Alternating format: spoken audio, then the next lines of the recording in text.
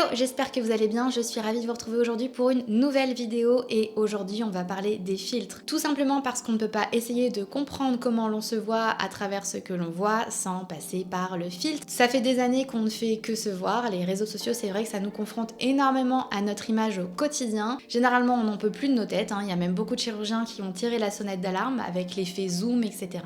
On se retrouve tellement toujours confronté encore plus à notre image qui est pas toujours flatteuse, parce qu'il y a aussi une question d'angle, faut bien le reconnaître, mais quand on est en zoom toute la journée, etc., on ne fait finalement que se regarder, c'est naturel. Par exemple, moi, en tournant ces vidéos YouTube, j'avoue que c'est un exercice qui est hyper particulier parce que après, je me tape un petit peu des heures de montage et pendant des heures, en fait, je me regarde et c'est pas quelque chose d'hyper naturel. C'est un peu particulier d'être confronté constamment à sa propre tête. Donc on est confronté de plus en plus à notre image et en fait, parallèlement, on est confronté de plus en plus à la perfection des autres, en fait. Enfin, ce qu'on pense être la perfection, ce qui nous est montré comme la perfection et ce qui nous est montré tout court, qui n'est pas toujours la réalité, je tiens à le rappeler. Pas étonnant du coup qu'on continue de se comparer sans cesse, surtout que comme je vous l'ai dit, c'est un petit peu fake, donc en fait on se compare à quelque chose qui est clairement inatteignable, donc ça cultive une certaine insatisfaction corporelle et c'est totalement normal. On se compare à un idéal qui est donc surreprésenté et en plus de ça, on est en droit de se questionner sur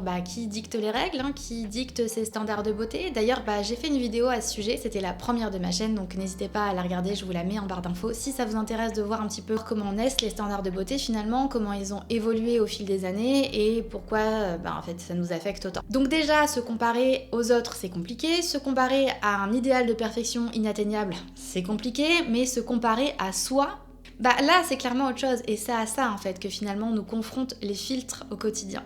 On se compare à une version de soi mais améliorée. Ça y est, grâce à un filtre tout simple, basique, on est capable d'avoir le visage de nos rêves et le visage qui correspond aux standards de beauté et à l'idéal qu'on s'est fixé depuis des années. Donc c'est déjà hyper compliqué de se détacher de la comparaison avec les autres, mais se détacher d'une comparaison avec un soi qui est en version améliorée et qui répond à l'idéal de perfection qu'on s'est fixé, c'est compliqué. Je sais pas si vous connaissez l'émission Et si on se rencontrait, c'était quelque chose qui est arrivé après Marié au premier regard, où le concept en fait c'est finalement deux personnes qui se rencontrent enfin en vrai après avoir eu une relation virtuelle pendant plusieurs mois. Et il y a eu un petit buzz avec Shanna. Shanna, c'est simple, c'est qu'elle utilisait tout le temps, mais systématiquement des filtres, que ça soit en story ou sur les posts Instagram, etc. Et donc quand elle rencontre Lens, Lens il se rend compte qu'il y a une petite différence entre les photos de Shanna et Shanna en vrai. Le buzz, c'est pas ça, parce que finalement tout le monde s'en est moqué comme si personne n'utilisait des filtres dans la vie, faut arrêter de se mentir aussi.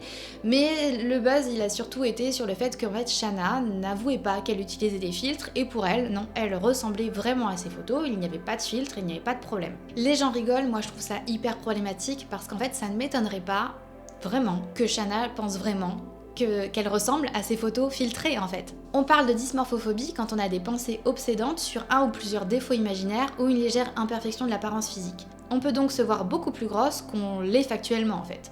Si ce trouble aujourd'hui existe, est-ce que finalement il n'y a pas d'autres troubles qui peuvent naître face à l'utilisation excessive de filtres? On en parlait déjà en 2019 avec le réseau social Snapchat parce qu'on parlait de dysmorphie Snapchat carrément. Pour refaire l'histoire un petit peu des filtres, les premiers sont arrivés avec Snapchat en septembre 2015 et après ils sont arrivés du coup sur Instagram en 2017, je crois que c'était en mai si je me trompe pas. On a tous utilisé les filtres au début parce qu'en fait c'était marrant, on a tous utilisé la tête de chien etc, le vomi arc-en-ciel, c'était surtout plus ridicule qu'autre chose en fait. Mais si quelque chose s'est vraiment imposé à nous, c'est que ces filtres pouvaient nous cacher lorsqu'on n'était pas maquillé et même changer la forme de notre visage. Surtout par exemple avec le filtre avec la couronne de fleurs, moi c'était mon préféré il y a très longtemps, tout simplement parce qu'il avait la capacité aussi d'embellir le visage, d'affiner les traits, etc. Le problème c'est qu'à force de les utiliser, on finit littéralement par s'habituer à en voir sur nous et également sur les autres en fait.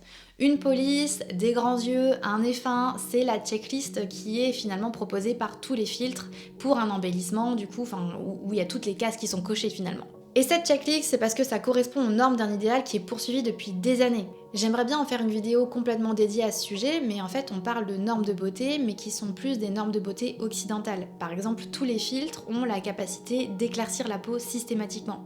Du coup, il y en a beaucoup qui se questionnent sur le fait que en fait, ces filtres soient tout simplement racistes, et je pense qu'il y a un peu de ça, donc ça serait vraiment sympa de faire une vidéo complète sur le sujet. Et pire en fait, c'est que peut-être que vous n'aviez jamais eu de complexe sur votre visage, sauf qu'en fait vous êtes confronté à une image qui est embellie, donc par exemple si vous n'aviez pas de problème avec votre nez, le fait de voir votre nez plus fin et d'avoir une plus d'harmonie dans votre visage, concernant les normes qui sont présentées, je ne dis pas qu'on doit avoir un nez fin, mais vous avez cette impression, vous avez votre visage qui vous est renvoyé d'une manière plus fine, etc., plus équilibrée, ça peut faire naître un complexe. Vous n'étiez jamais posé la question d'avoir un nez plus fin, et à force de le voir, de l'apprécier, vous allez peut-être avoir envie de vous faire opérer un jour. Et c'est pire en fait, du coup, si on est sur des personnes qui souffrent déjà d'estime de soi. Il y a une étude en 2015, et donc c'était en 2015 à la naissance des filtres, je serais vraiment curieuse de voir ce que ça pourrait donner aujourd'hui en 2023. Mais c'était sur 101 adolescentes australiennes qui ont montré que celles qui manipulaient leurs photos étaient davantage préoccupées par leur corps et surestimaient leur forme et leur poids. Les plus engagées sur les réseaux sociaux étaient plus touchées. L'étude a également suggéré que les personnes qui ont une image corporelle dysmorphique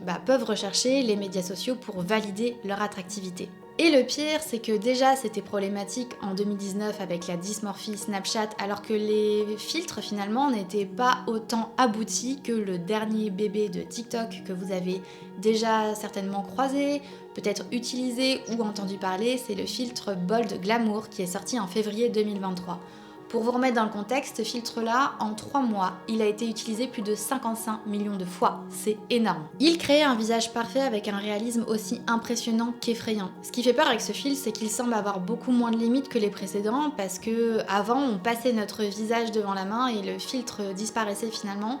Là, avec le filtre Bold Glamour, pas du tout en fait. Effectivement, technologiquement parlant, c'est impressionnant. On avait déjà des raisons de s'inquiéter de l'impact des filtres classiques sur notre niveau de satisfaction corporelle avant, alors à quoi est-ce qu'on peut s'attendre finalement avec ce type de filtre aussi réaliste finalement ? Les pros commencent d'ailleurs à tirer la sonnette d'alarme. Les chirurgiens répètent sans cesse que finalement, même avec la chirurgie esthétique, vous n'atteindrez jamais ce résultat de perfection qui est présenté par le filtre Bold Glamour. Et en fait, du coup, si les médecins sont là à se questionner et à tirer la sonnette d'alarme, c'est justement parce qu'il y a des personnes qui arrivent avec leur visage avec le filtre Bold Glamour et qui disent voilà, moi maintenant je voudrais ressembler à ça tout le temps. Forcément, on se questionne déjà beaucoup en zonant sur les réseaux sociaux parce qu'on est naturellement alimenté par des tas de photos qui font rêver et qui nous invitent à nous questionner sur notre rapport au corps et surtout à nous comparer. C'est pour ça que pour assurer une plus grande transparence dans l'industrie de la publicité, l'autorité des normes de publicité a interdit aux influenceurs, donc britanniques, c'est pas encore en France, mais d'utiliser des filtres trompeurs dans leur campagne de beauté. La décision a été prise après avoir analysé 2 images d'influenceurs qui, lors de la promotion d'un produit de bronzage, ont mis un filtre qui laisse leur peau avec une teinte différente.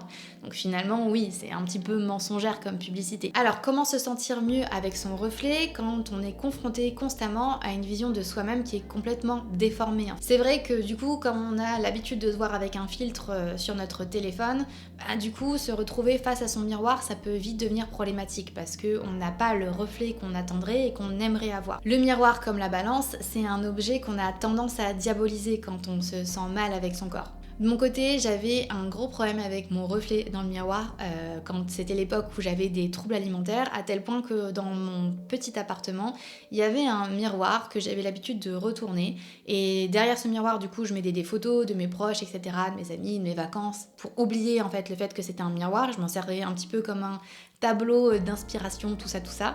Et je sais qu'il y avait un problème avec le fait de faire ça, parce que quand je recevais des personnes, je retournais le miroir, parce que sinon j'avais bien conscience que c'était un petit peu bizarre d'avoir un miroir retourné chez soi. Simplement parce qu'en fait je ne voulais pas être dans ma chambre et croiser mon reflet sans l'avoir demandé et attendu et être préparée psychologiquement à le vivre en fait. Et à l'inverse, quand en fait j'étais dans la rue, je guettais constamment le reflet de mon corps dans les vitrines pour vérifier finalement que mes cuisses ça allait, que mes fesses étaient bien cachées, etc. Et je sais que c'était un petit peu excessif parce qu'il y avait des personnes aussi, je me souviens une alternante avec qui je travaillais quand j'étais en alternance dans une banque, qui l'avait remarqué en fait. Donc je pense que c'était très très excessif et répétitif pour qu'il y ait une personne comme ça qui m'en parle, hein.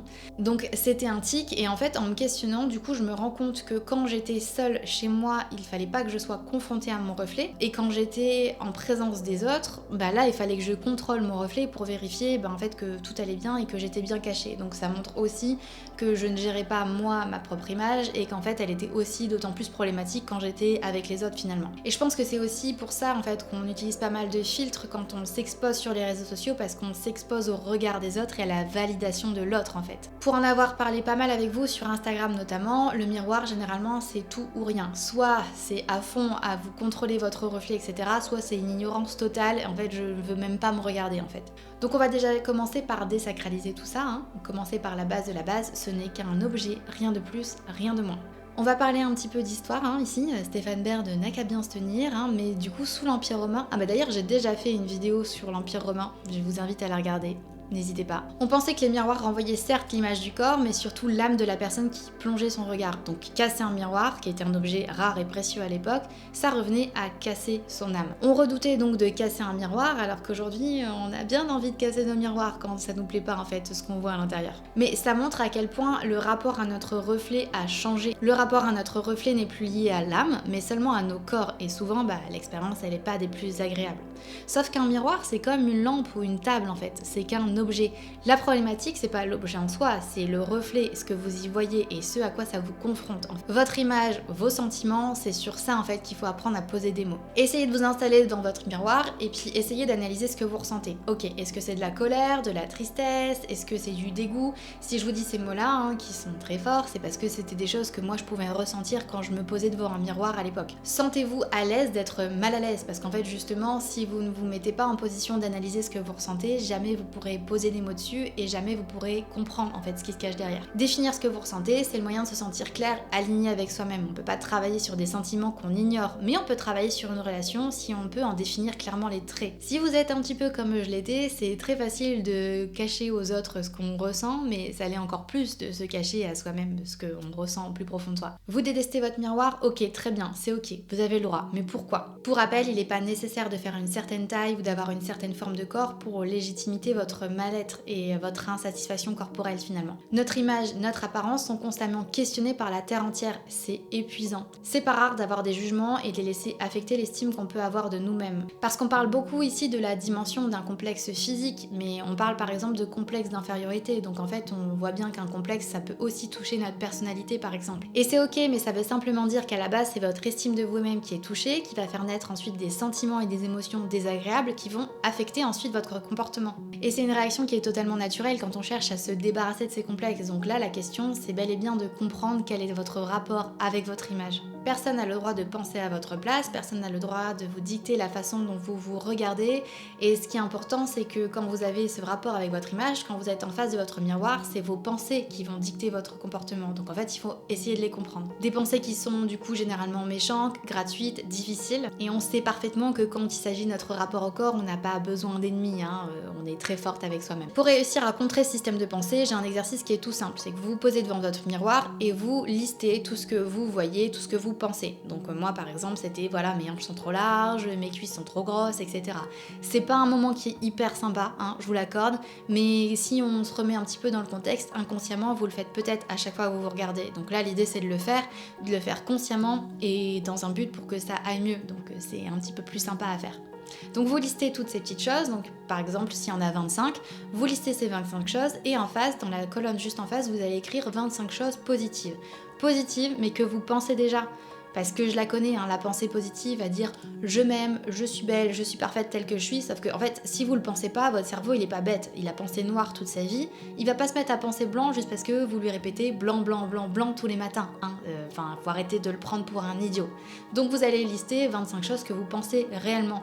Par exemple, moi j'aime bien mes cheveux, j'aime bien ma bouche, j'aime bien aussi le fait que je sois créative, que je sois curieuse, parce que ne vous limitez pas au physique, hein. Si vous avez regardé ma vidéo précédente, on essaye de se détacher de la valeur physique de nos corps et on essaye d'aller un petit peu plus loin. Une fois que vous avez cette liste qui est équivalente, alors par contre pour le côté positif vous pouvez en mettre plus que pour le côté négatif, hein, n'hésitez pas, hein, soyez généreuse, mais vous allez déchirer la partie négative, vous me la jetez, vous me la brûlez symboliquement, on s'en fiche, peu importe. ce que vous gardez, c'est la partie positive et vous l'affichez sur votre miroir tous les matins. À partir du moment où vous regardez votre reflet, arrêtez de faire la checklist négative et listez à voix haute celle qui est positive et qui est vraie, hein, je rappelle, qui doit être vraie et que vous devez vraiment penser. Et oui, je pense que là tout de suite maintenant vous avez l'impression qu'il n'y a rien, mais en fait il y en a des choses, c'est juste qu'il faut que vous preniez le temps de vous poser et d'apprendre à votre cerveau à réfléchir de manière plus positive parce qu'en fait il a juste pas l'habitude de le faire. Essayez de vous baser sur des aspects que vous croyez réellement de vous et qui vous valorisent vraiment. Si vous avez un petit peu des trous et que vous n'avez pas d'idées, essayez de demander à vos proches parce qu'en fait, ils ne vous aiment pas pour votre physique, contrairement à ce que vous pouvez croire. Voilà, en tout cas, j'espère que cette vidéo vous a plu. Si c'est le cas, n'hésitez pas à me laisser un petit message, un petit like, à vous abonner, tout ça. Moi, c'est toujours, je vous l'ai dit, hein, c'est un petit peu Noël dans ma tête à chaque fois que je lis un de vos commentaires. Donc voilà, j'espère que vous avez passé un bon moment et que aussi vous avez eu des clés un petit peu pour vous sentir mieux. Je pense que j'aime bien ce format qui est de faire un petit état des lieux et ensuite de vous donner des conseils, des pistes pour vous sentir mieux dans votre corps. Je sais pas ce que vous en pensez d'ailleurs, dites-le moi en commentaire hein, si ça vous plaît. Voilà, en tout cas je vous embrasse et surtout je vous dis à la prochaine et prenez soin de vous. Ciao!